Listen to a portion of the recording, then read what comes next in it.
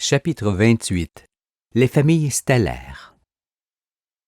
Nous savons désormais que la déflagration atmosphérique éclaire l'étoile et provoque le bouleversement de ses satellites, et que la famille solaire a connu ce phénomène.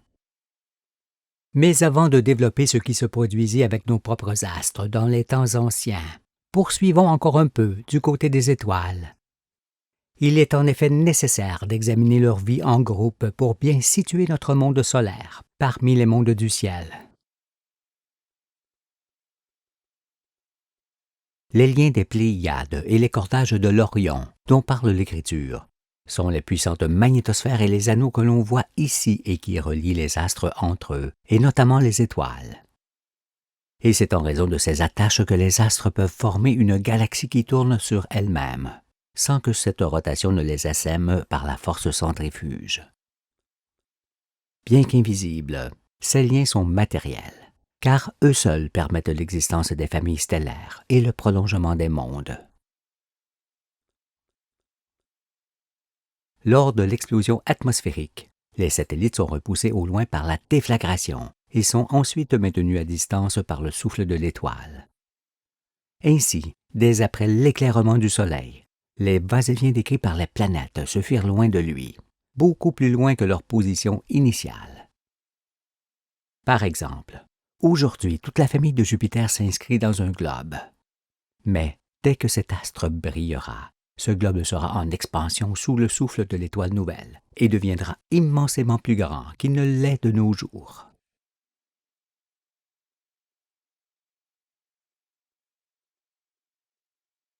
L'influence réciproque des étoiles. Une étoile aspire continuellement l'essence de l'espace et la souffle ensuite en quantité un peu plus grande, parce que sa masse se consume lentement. Ce qui n'est pas encore le cas pour Jupiter, qui aspire seulement. Mais lorsque cet astre brillera, son souffle ira grandissant et le repoussera d'autant du Soleil, parce que cette fois il y aura deux souffles dirigés l'un contre l'autre. Et toutes les étoiles se repoussent de la sorte, jusqu'à ce qu'elles se stabilisent à distance déterminée, c'est-à-dire là où leur force de répulsion, leur souffle et leur force d'attraction, leur magnétosphère, s'équilibrent. Pour cette raison, deux étoiles ne peuvent pas se heurter. Et même si une force mystérieuse les projetait l'une contre l'autre, leur souffle opposé contiendrait leur mouvement et les repousserait. Il est évident que l'influence réciproque des étoiles est aussi celle des galaxies qui sont composées d'étoiles. Effectivement, tout comme les étoiles, les galaxies se maintiennent à distance par leur souffle. Je dis qu'en s'attirant les unes les autres par leur immense magnétosphère qui les oblige à rester groupées et à former de la sorte de longues traînées dans l'espace, les galaxies se maintiennent également à distance par leurs souffles respectifs. Car si une étoile souffle, toutes le font, en formant ainsi un très grand souffle capable de maintenir le troupeau, la galaxie, à distance d'un autre qui en fait autant. En raison de cela, il y a impossibilité totale de rencontre entre les galaxies, surtout qu'il n'y a point de force qui les propulse les unes contre les autres. Non, si les roues de l'univers se déplacent un peu, ce n'est que pour trouver l'équilibre entre leur attraction et leur répulsion qui les positionne dans l'espace, ce qui ne les empêche nullement de tourner tranquillement sur elles-mêmes. S'il n'en était pas ainsi, vous ne seriez pas, car sans cette constante imposée par les souffles et les magnétosphères, rien n'existerait. Cessez donc de croire, comme il se dit, que les galaxies se fracassent les unes contre les autres. Quand on regarde les étoiles doubles dans le ciel, on voit la mère et la fille. Par exemple, lorsque Neptune sera une étoile, celle-ci tournera encore autour de notre étoile du jour pendant longtemps, tout en s'écartant d'elle progressivement. Mais la masse grandissante des astres de Neptune obligera celle-ci à ralentir sa rotation autour du Soleil, par l'augmentation d'inertie de cette masse. Cela durera jusqu'à ce que Neptune cesse de tourner autour de lui. Il en sera ainsi en raison de l'augmentation progressive de l'inertie de cette famille d'astres, et parce qu'en étant devenue une famille autonome dans le ciel, Neptune fera décroître d'autant l'activité du Soleil, comme on l'a vu. Puisqu'une étoile est toujours la descendance d'une autre, pendant un temps, il y a forcément la mère et la fille plus ou moins proches dans le ciel. Et c'est en raison de cela qu'on voit de grandes quantités d'étoiles doubles, de systèmes binaires dont on a déjà parlé. Parmi les étoiles doubles, il peut y en avoir une qui tourne autour de l'autre assez vite, une autre moins vite, une autre pas du tout, ou les deux peuvent le faire autour d'un centre imaginaire. Disons que pendant que la fille est petite, elle tourne autour de sa mère, mais qu'en grandissant, elle ralentit sa course pendant que sa mère décline de force, et que cela les amène tous deux à évoluer autour d'un foyer imaginaire. Toutefois, ces phénomènes de changement d'inertie peuvent aussi occasionner la rupture des attaches qui relient ces étoiles. C'est ce qui engendre alors des groupes d'étoiles, des constellations, liées les unes aux autres, comme on en voit tant dans le ciel.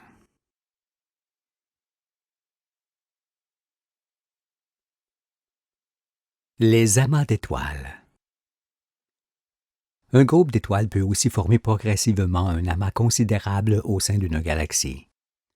Par le biais des naissances, un groupe de quelques étoiles, une constellation, peut en effet former une petite galaxie au sein de la grande, comme un enfant se forme au sein de sa mère.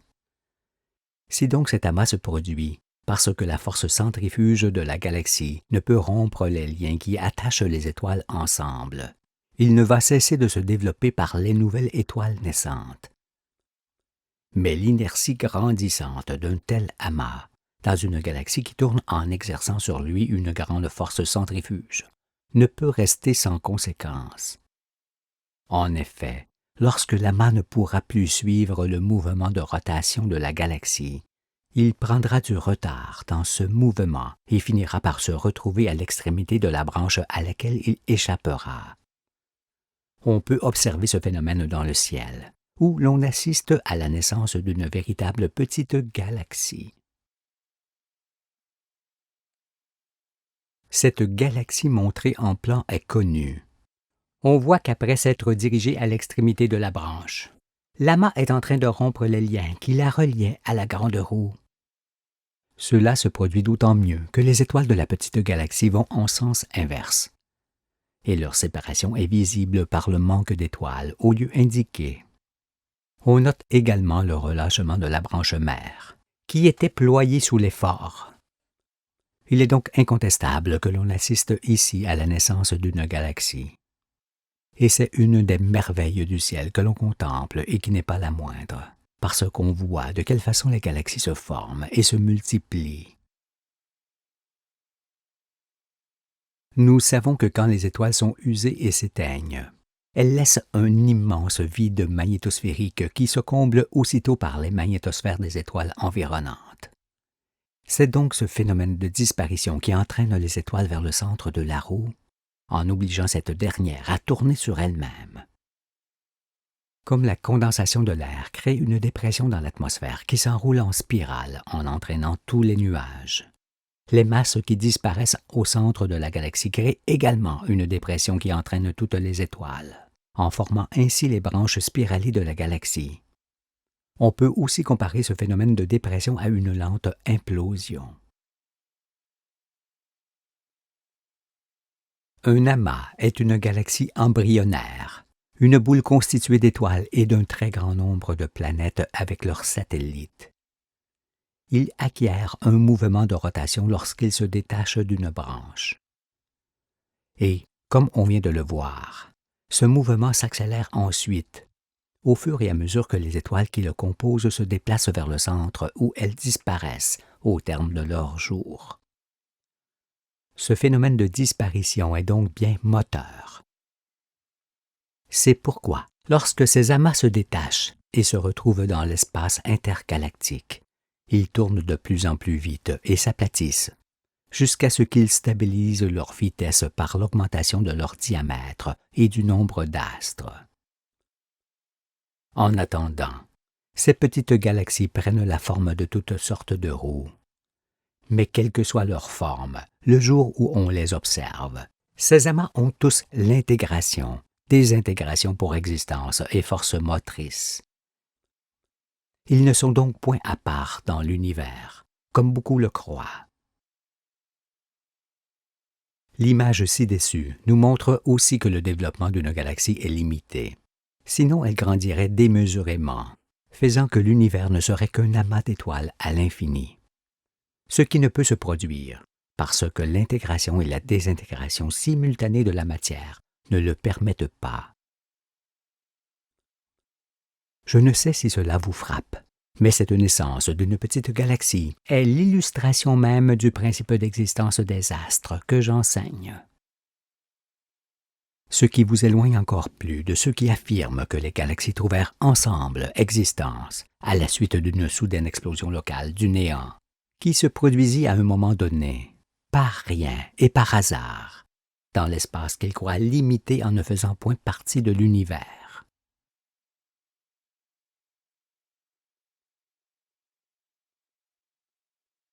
La stabilité de l'univers.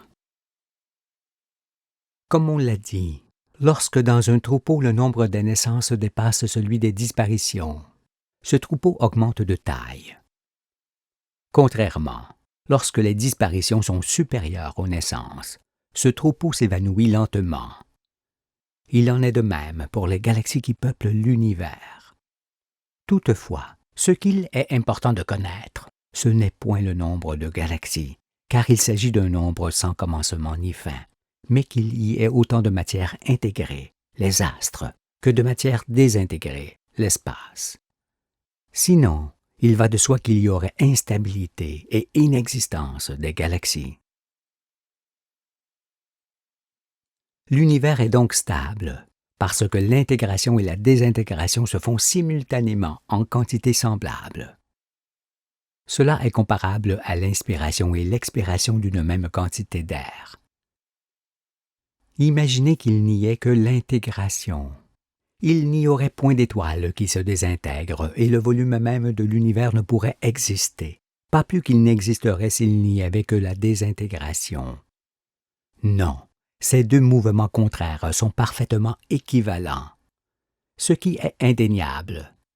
Mais les scientifiques, eux, le dénieront, car, fort limités dans leur raisonnement, ils ne peuvent saisir l'intégration et la désintégration perpétuelle des astres. Parce que l'univers éternel est un continuel renouvellement des masses qui le composent, il faut toujours considérer un commencement et une fin à ces masses. Il en est ainsi pour les particules, les astres et les galaxies. C'est pourquoi, avant de devenir la grande roue dans laquelle nous sommes, notre galaxie était une petite boule d'étoiles, un amas qui naquit au sein même d'une autre galaxie. Ce qui fut son commencement. Puis cet amas se retrouva dans l'espace intergalactique. Là, il se développa et acquit son propre mouvement. Cela s'est produit il y a longtemps, toute la durée qu'il fallut à l'épanouissement d'une telle merveille, au sein de laquelle chacun de vous peut dire maintenant « Me voici dans le monde des vivants ». Ce qui est pareillement prononcé autour de chaque étoile qui nous précède dans la roue, et aussi dans la galaxie mère, grand-mère et arrière-grand-mère qui existent toujours dans l'espace. Tout comme les astres qui les forment, les galaxies ont une généalogie qui se perd dans l'immensité des temps que l'on ne mesure qu'avec l'éternité. Ici encore, nous sommes fort éloignés des propos de ceux qui, reniant Dieu, donnent une origine singulière à l'univers. Ils sont alors obligés d'y trouver une fin, sans quoi ils auraient inventé l'éternité. Ils rendent donc l'univers cataclysmique, instable et forcément temporaire, ce qui est sans raison. Non, vous n'êtes point les enfants du chaos, mais les enfants de l'amour, de l'intelligence et d'une subtile harmonie. En raison de la douceur et de la très grande fiabilité de l'activité électromagnétique de la matière, qui est la science et la force du Tout-Puissant. Tout est stable et calme dans l'univers éternel. En son sein, le cataclysme dévastateur est absolument exclu. Il est désormais manifeste que si on ne connaît pas le principe d'existence des astres, intégration-désintégration, qui est aussi le principe d'existence des êtres, la compréhension de l'univers est tout à fait exclue. Et si l'on ne saisit point Dieu, qui est la raison d'être de l'univers, cette fois, toutes les portes se ferment devant soi, et tout jugement est inversé par rapport au réel. Comment serait-il alors possible que ceux qui scrutent le ciel en permanence, en ne connaissant point le principe d'existence des astres et des mondes, puissent saisir les merveilles qu'ils observent? Ils constatent seulement ce qui s'y trouve et imaginent des choses sans comprendre. Alors, pour se faire valoir, ils injurient Dieu avec des propos diffamants qui blessent la conscience, jusqu'au cœur des enfants. Mais retenons notre colère contre ces hommes, qui furent et qui ne sont déjà plus. En fonction de ce qu'on vient de voir sur les galaxies, dont la raison d'être est de faire vivre des mondes au sommet desquels il y a toujours l'homme, on dira, en ce qui concerne la vie et son évolution, celle-ci se manifeste-t-elle au sein d'un amas comme elle se manifeste dans une galaxie adulte? Je réponds d'abord que la vie n'évolue jamais, car il s'agit de la vie du Père qui est éternelle et parfaite, et que ce qui est éternel et parfait n'évolue pas. Ce sont les créatures créées en réponse aux conditions de vie du moment qui diffèrent jusqu'à la venue des hommes, et non la vie qui est en elles. Et c'est la durée du travail des astres qui importe pour le chemin de la vie, et non la distance qu'ils parcourent au sein de leur galaxie. Comparons toujours la galaxie à un troupeau, parce que ce qui se produit au sein du troupeau, tant par les naissances que par les disparitions, se produit dans une grande roue. Comme il y a de petits et de grands troupeaux, il y a des petites et des grandes galaxies. Et comme dans un grand ou un petit troupeau, les individus sont semblables, les astres et les mondes sont semblables dans une petite ou une grande galaxie. Il est certain que ce n'est qu'avec l'étude de la famille solaire qu'on peut comprendre les formations galactiques. En effet, si l'on ignore que c'est la planète qui devient étoile après avoir enfanté des satellites, on ne peut nullement expliquer l'existence et le mouvement des galaxies, pas plus que leur raison d'être qui est celle de faire vivre des myriades de mondes. Et puisque des étoiles naîtront dans la famille solaire, on comprend que le Soleil ne peut amener ses astres destinés à briller et faire vivre leur propre monde. Le Soleil arrivera donc au cœur de la galaxie avec seulement Mars, la Terre et la Lune, Vénus et Mercure.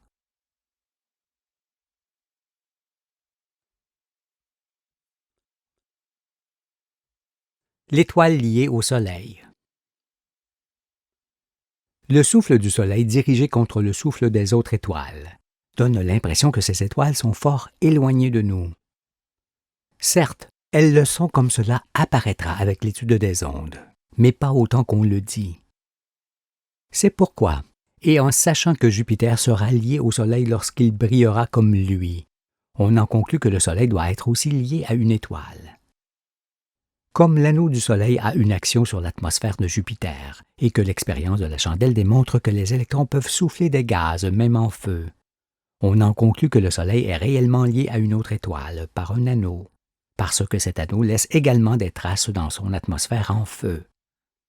Ces traces sont ces fameuses taches noires qui barrent son disque et qui sont comparables aux gouffres faites par l'anneau du Soleil dans l'atmosphère de Jupiter. Une planète ne souffle pas, mais une étoile le fait, et ce souffle occasionne des différences de comportement des anneaux au contact de l'astre.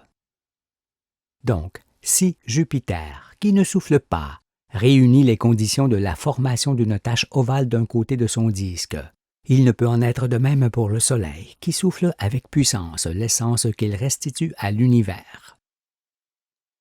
C'est pourquoi l'anneau sur lequel le Soleil est assis n'est pas concentré comme celui sur lequel se trouve Jupiter, mais dilaté au contraire par son souffle.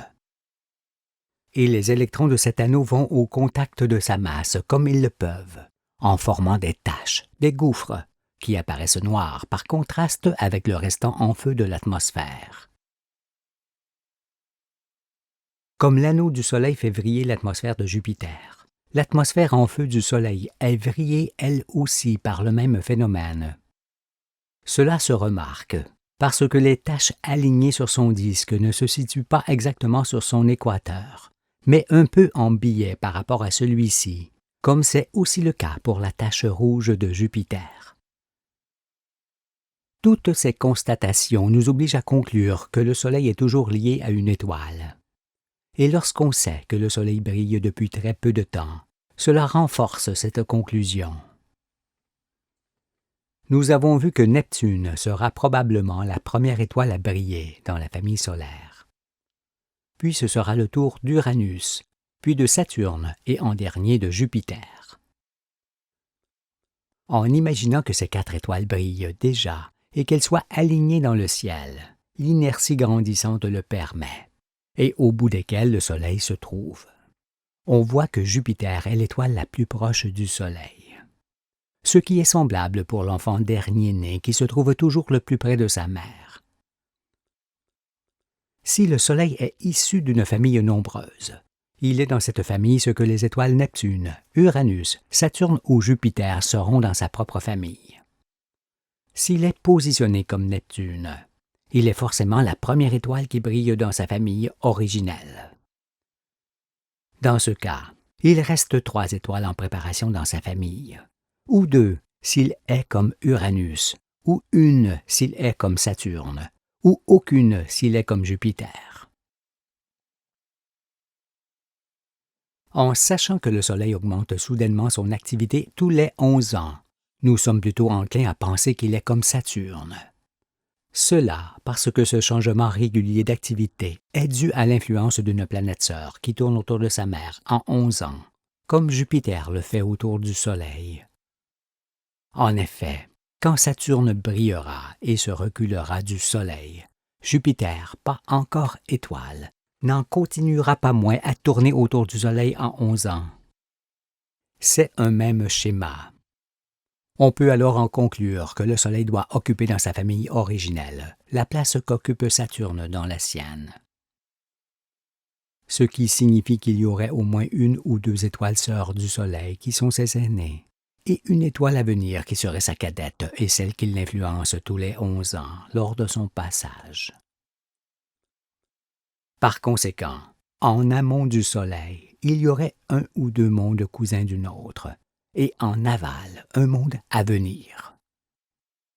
Si 2 mondes nous précèdent réellement sur le chemin de la vie, ce sont des mondes d'anges qui nous connaissent fort bien, et des mondes qui sont passés par là même, où notre propre monde passe aujourd'hui.